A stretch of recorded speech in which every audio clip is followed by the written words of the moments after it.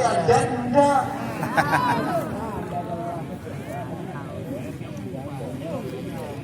Suami kamu sumpah ngomong gitu. Gak percaya kamu.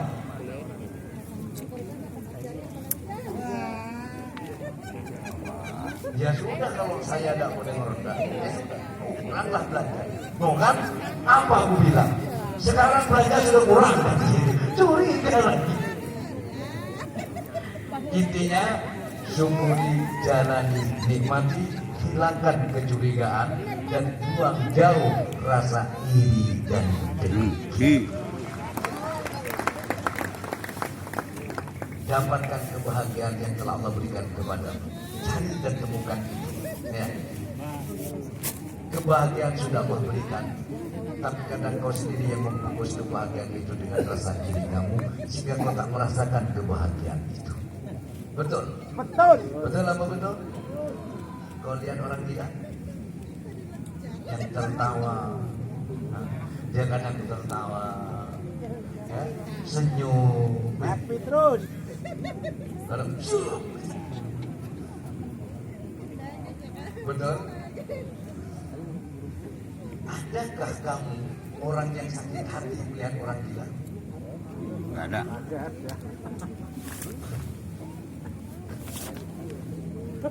Hah? Kalau ada orang waras sakit hati atau iri kepada orang gila, dia lebih gila. Betul. Betul kan? Betul. Orang gila ini.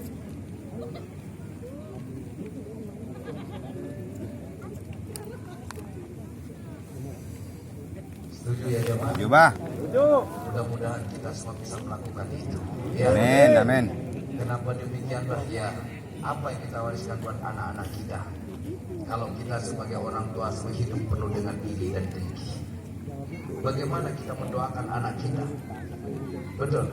Coba. Alhamdulillah, wahai jamaah, saya punya orang tua miskin, tapi orang tua saya nggak pernah yang namanya berantem dengan tetangga, tidak pernah. Tidak pernah cerita-ceritanya seingat saya, ya, tidak pernah. Dan itu yang diajarkan bapak saya. Kalau ngajarin ke saya seperti itu, nah, kalau sudah bagiannya satu gelas gak bakalan sepupu anak. Jadi mun lebih kita seperkem takir oleh sepupuan. Semua pernah dulu tuh kalau tempat saya itu sepupuan itu buat nakar beras itu loh ya. Jadi kalau bagian rezekinya satu Cangkir. genggam, gak bakalan dapat satu mangkok. Ya. Semua sudah ada bagiannya masing-masing. Tidak perlu iri ke yang lain. Semua sudah ada bagiannya masing-masing. Cuma itu doang ngomongnya. Dulu mah nggak begitu didengerin sama saya. Tapi setelah saya tahu kalau saya orang gitu. Iya juga ya. Benar juga omongan orang tua. Maka disinilah saya di sini. Kau anggap sebagai guru juga, orang tua juga, makanya apa yang Abah sampaikan bukan pidato. Betul apa betul? Tapi ini adalah petuah orang tua kepada anak, nasihat orang tua kepada anak. Tentunya setiap orang tua ingin anaknya menjadi anak yang soleh dan soleha. Setiap orang tua ingin melihat anaknya menjadi anak yang rukun. Betul? Setiap orang tua selalu ingin melihat rumah tangga anaknya itu tentrem, makmur, langgeng. Betul? Setiap orang tua selalu ingin melihat anaknya sukses, selamat dunia akhirat. Itu orang tua. Kalau kau anggap aku sebagai guru dan orang tuamu, itulah harapan aku kepada kamu. Maka dari itu, wahai jamaah yang amat aku cintai, ya, aku berdoa untukmu kepada Allah.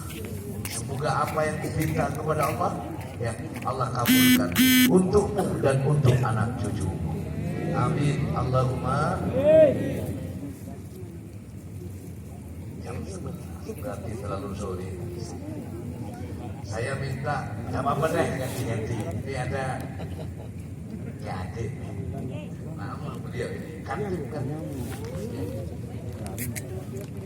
Ya jemaah ya, kangen saya kepada petuahnya beliau juga, ya. Jadi kalau kamu ingin bertambah ilmumu, pengetahuanmu, ya jangan kamu merasa cukup untuk menerima nasihat atau petuah dari siapapun. Karena semakin banyak nasihat yang kamu terima, ya akan semakin banyak pengetahuan yang Allah berikan kepadamu. Semakin banyak pula barokah ilmu yang kau dapatkan. Amin. Allahumma. Betul nggak itu? Betul apa betul? Betul. Iri itu sudah mungkin dari dulu dianggap seperti biasa penyakit iri itu. Seakan-akan bukan penyakit. Betul apa enggak? Padahal sangat berbahaya iri itu. Makanya yuk perbanyak zikir kepada Allah agar Allah. Makanya kalau saya baca la ilaha illallah, kata Kiai Ma'ruf, la ilaha illallah, illallah dikumpulkan ke hati. Kenapa? Kali hati itu ada yang iri, tersimpan iri, tersimpan dengki, biar rontok irinya hati-hati, biar rontok hati yang karat. Illallah kumpulkan ke hati. Kata Kiai Ma'ruf, hati yang karatan itu biar rontok karatnya, yang keras biar lembut hatinya, ya, yang iri biar hancur irinya. Illallah, illallah, illallah. Monggo ya. Tepuk tangan buat Kiai.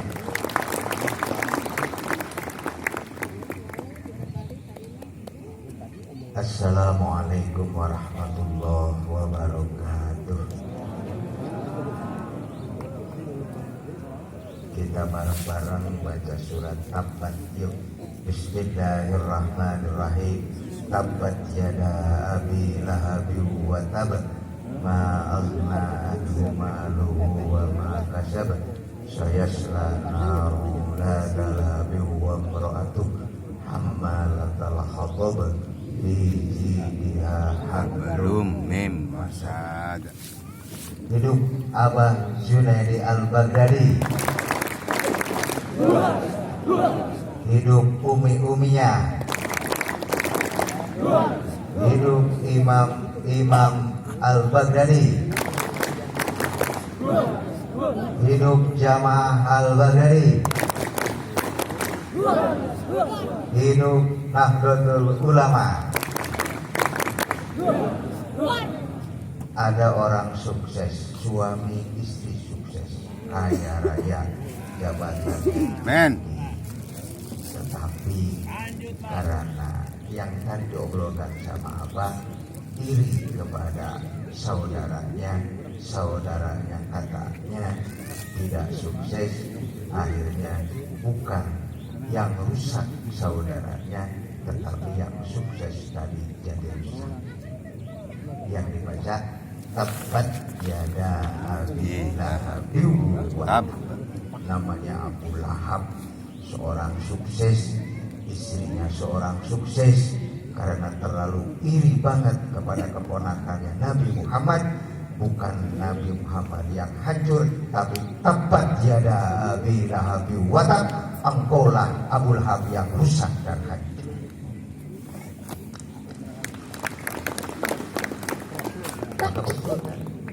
Abah berbicara panjang itu dia menerangkan surat Tabatnya. Jadi saya harus terangkan lagi, tadi sudah oleh Abah diterangkan. Coba dalilnya tadi Tabat yada abi lahabin. Iri itu harus ada, tetapi iri yang positif. Ini orang duitnya pas-pasan, makan pun susah, tetapi masih mau sodako, tetapi rajin tiap malam nggak pernah ketinggalan, sampai utang-utang melulu. Saya banyak duitnya, kok jarang-jarang malam minggu. Nah itu namanya iri positif. Tepuk tangan. Gitu kan? Betul? Hadirin yang berbahagia, kita memang harus mendekati orang yang membuat program dan membuat kebijakan, yang punya program dan yang punya kebijakan. Karena kalau dekat dengan orang yang kebijakan, yang punya kebijakan, apapun yang kita alurkan akan dipidana. Betul? Betul. Contoh, ini contoh kejadian. Boleh Bang? Jadi daftar pembimbing haji itu kan se-Jawa Barat itu banyak, hampir 350 lebih ya, yang diterima kan hanya sekian 80 orang ya, banyak profesor, dokter yang ikut.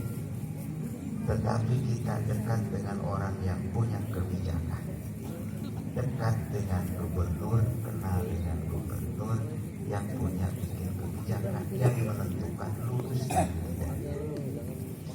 Nah, karena kita sudah pegang orang punya kebijakan, otomatis ketika ada pengumuman diumumkan kita lulus. Betul? Yang mengatur dunia ini, yang punya kebijakan adalah Allah Subhanahu wa Ta'ala. Walaupun di tulisan ini, hari ini bagian hartanya sekian, umur kita sekian, sudah ada tulisannya, tapi yang punya kebijakan bisa merubah. Maka ingat, la yarudul qadar illa bidua. Tidak ada yang bisa merubah keputusan kecuali doa. Hidup Jamaah Al-Baghdadi. Luar biasa, luar biasa. Ingat dulu cerita Abah, ketika ada orang kaya tetapi sayang nasibnya, dibunuh, digorok lehernya. Ingat gak cerita itu? Tiap malam doa, akhirnya hanya dalam mimpi digoroknya, kayaknya tetap. Itulah doa. La yarul qadar illa bidua. Hidup imam-imam manaqib. Insya Allah doanya khusus di guru kita Abah. Insya Allah kita akan berangkat haji tanggal 27 Juni, kloter 35. Saya memimpin jamaah yang di Purwakarta. Yang anehnya Pak, kemarin waktu tes saya ngobrol ke Abah itu, nilai saya itu 93, bisa mengalahkan Profesor Doktor. Kan soal itu 100, 93 benar, yang 7-nya salah. Padahal saya nggak baca soal, nggak baca isi. Nomor 1 ABC, B.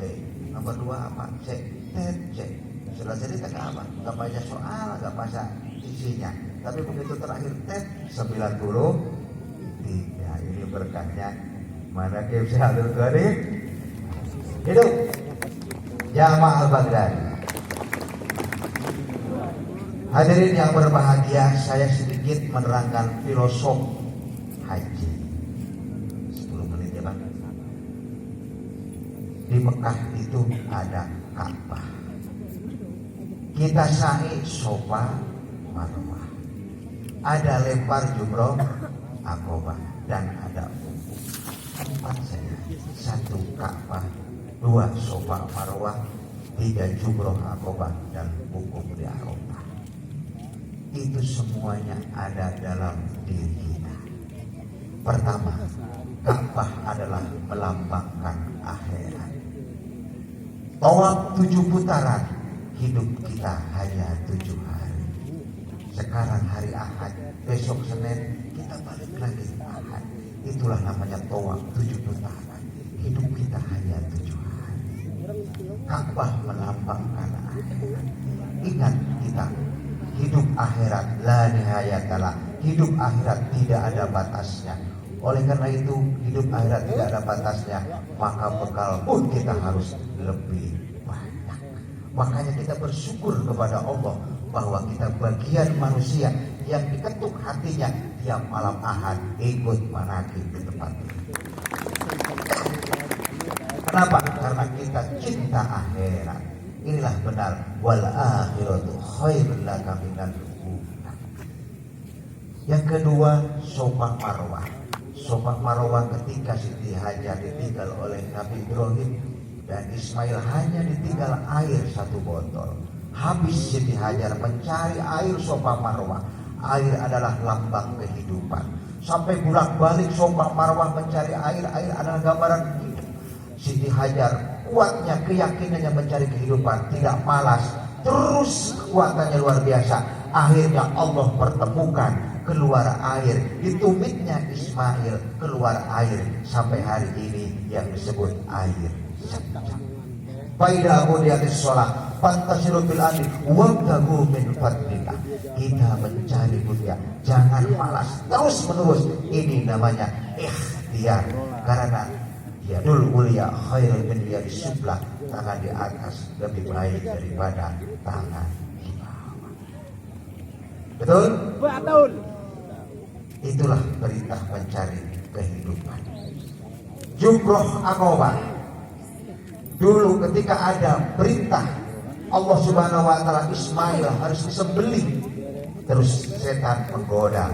Dan tadi Pak Siswa yang diterangkan oleh Abah, setan menggoda Ibrahim, jangan kau bunuh anakmu, kan kamu pengen punya anak. Nabi Ibrahim ngambil batu, dasar setan, rosman lisayatin walidur rahman, setan dilempar, setannya lari ke istrinya Siti Hajar. Siti Hajar, engkau mengandung, pengen punya anak, sekarang anaknya harus dibunuh, harus dikorbankan. Coba minta kepada suamimu dan Tuhanmu. Jangan. Siti Hajar ngambil batu, dasar setan, rojban lisayatin, waduh, lari setannya ke anaknya Ismail. Ismail, kamu punya masa depan masih panjang. Coba minta kepada ibumu dan kepada bapamu, jangan dibunuh, jangan disembelih. Ismail ngambil batu lagi, lempar setannya, rojban lisayatin walidur rahman. Akhirnya setannya lari ke Karawang. Nah, disitulah bahwa setan terus menggoda kepada manusia. Tiap sore jam 4 itu berangkat, malam Ahad enggak, berangkat enggak, jangan berangkat, mau mendung mau hujan, ini dasar setan, lempar, berangkat aja. Kemana? Ke Manakib, ke sini. Nah, itu namanya harus seperti itu, dilempar setan yang menggoda.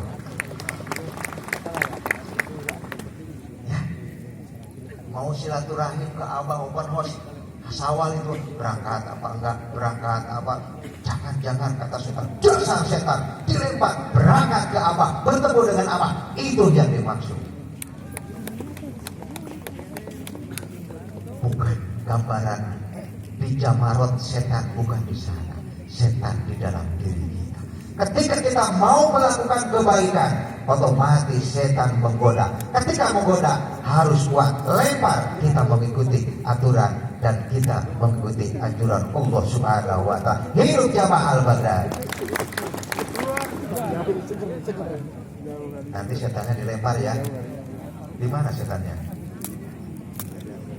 Nah, yang timbul iri segala macam itu setannya menggoda. Terakhir, hukum di Arafah. Ada informasi, lihat di kalender bahwa hukum sekarang hari Jumat di Arafah. Dalam keterangan Pak, bahwa ketika wukuf Arafah hari Jumat maka disebut Haji Akbar. Dulu kita 2006 pas tidak ada makanan di Arafah, di Muzdalifah, di Mina. 2006 juga pas wukuf itu Haji Akbar Pak. Kita dulu sama Umi di sana.